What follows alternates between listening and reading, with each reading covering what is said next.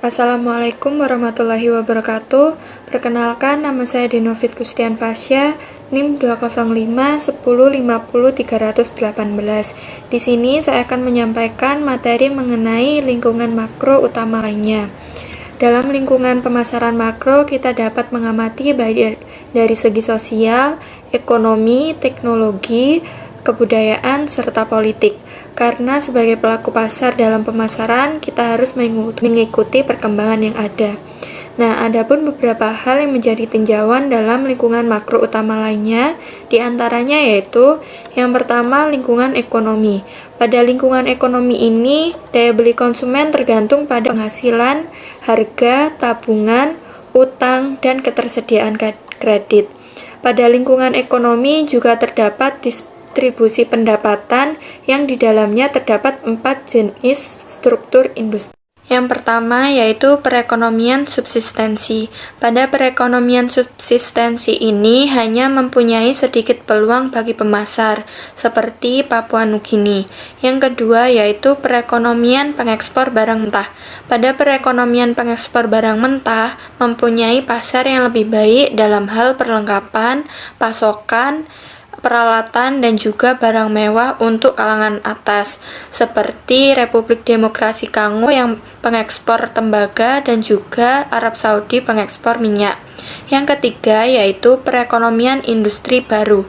Pada perekonomian ini di mana kelas kalangan atas dan juga menengah berkembang dan meminta jenis barang baru, seperti India, Mesir, dan Filipina.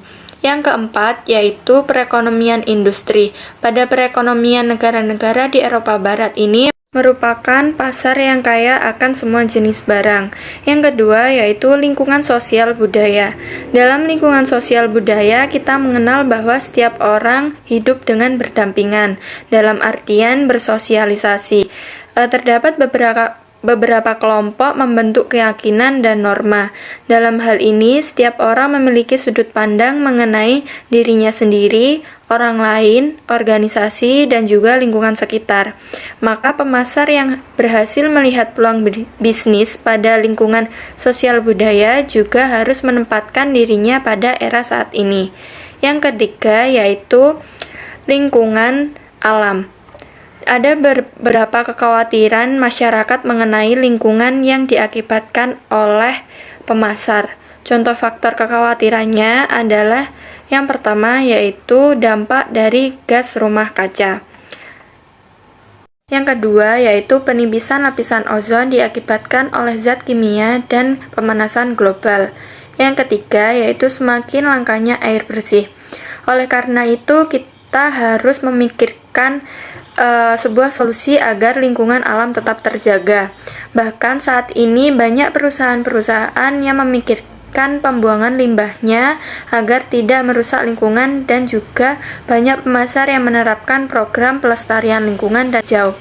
Selain itu, kita sebagai pemasar harus memperhatikan 4 tren utama di lingkungan alam, diantaranya yang pertama yaitu kelangkaan bahan mentah. Jadi kita sebagai pemasar harus memikirkan kelangkaan bahan mentah agar produk tetap ada dan juga alam tetap terjaga. Yang kedua yaitu peningkatan biaya energi. Kita juga harus memperhatikan biaya energi sebab kita sebagai pemasar juga harus memperhatikan dampaknya untuk lingkungan.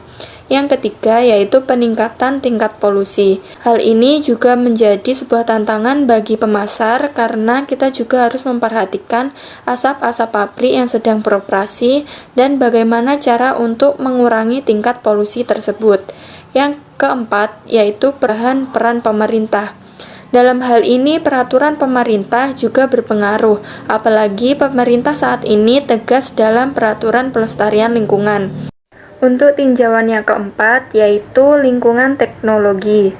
Pada bidang teknologi, pemasar harus memperhatikan beberapa perkembangan. Di antaranya, yang pertama yaitu kecepatan perubahan yang semakin tinggi. Sebagai pelaku pasar, kita harus mengupgrade diri mengenai tren yang terjadi saat ini. peluang inovasi yang tak terbatas.